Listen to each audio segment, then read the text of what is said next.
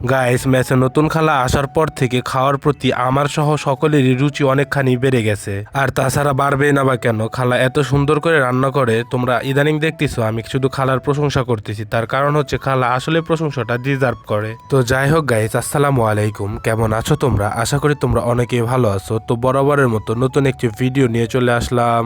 এর আগের ভিডিওতে তোমরা অনেকে কমেন্ট করছিলে, তার ভিতরে সবাইকে তো আর রিপ্লাই দেওয়া সম্ভব নয়। আমি কিছু সংখ্যক মানুষকে রিপ্লাই দিয়ে দিচ্ছি। এখানে শিহাব আমার ভিডিওটি দেখেছে ঢাকা থেকে, আবির দেখেছে সিরাজগঞ্জ থেকে, সিফাত দেখেছে নরসিংদী থেকে। এর পাশাপাশি আরো অনেকে বিভিন্ন জেলা থেকে দেখেছে। আর যারা তোমরা রিপ্লাই পাও নাই ভাইয়া, তারা এই ভিডিওতে কমেন্ট করে ফেলো, আমি ইনশাল্লাহ নেক্সট ভিডিওতে তোমাদেরও রিপ্লাই দেবো। তো যাই হোক গাইস, এবার খাবারের দিকে ফেরত আসি। খালা আজকে আমাদেরকে রাতের মেলে দিয়েছিল মুরগির মাংস।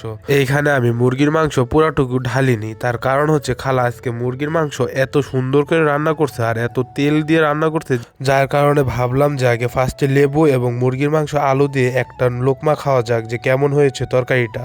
এক লোকমা খাওয়ার পরে বুঝতে পারলাম খালা আজকে আসলে খুবই অসাধারণ ভাবে রান্না করছিল। দেন একটু লেবু চেপে ফ্রেশ মাংস নিয়ে আর একটা লোকমা ট্রাই করলাম। আলহামদুলিল্লাহ, আজকে খালার হাতে রান্না নিয়ে কোনো কথা হবে না।